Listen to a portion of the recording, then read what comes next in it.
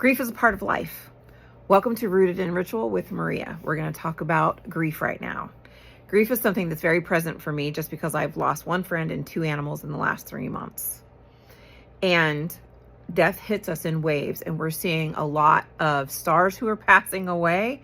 We are seeing a lot of people who are passing away in 2025. This is a really rough year.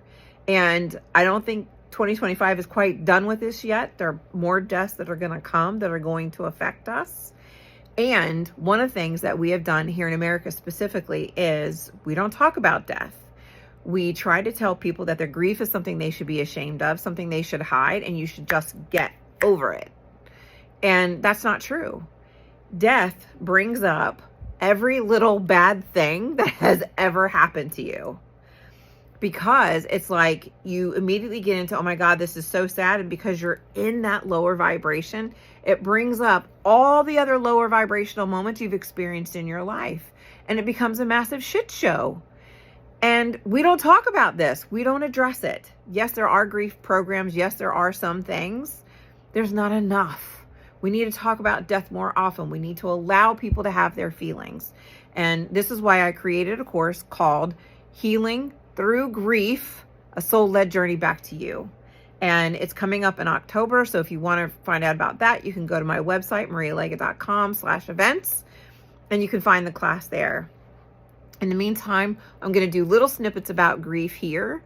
And the very first thing I want to tell you is you are permitted to your grief.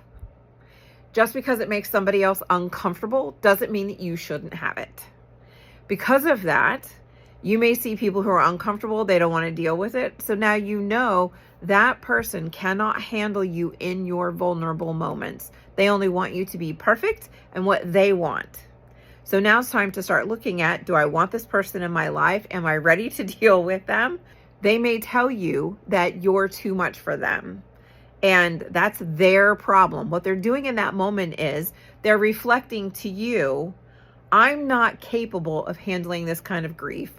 I don't know what to do with it. So because of that, I'm not going to let it look like it's a deficiency on my part. I'm going to make it look like it's a deficiency on your part, and you're the problem.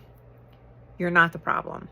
They're the problem, and their lack of accepting people in vulnerable places and knowing that grief is a regular part of life. So follow me if you want to start talking more about grief, because this is ever present in my life, and we're just going to talk about my life.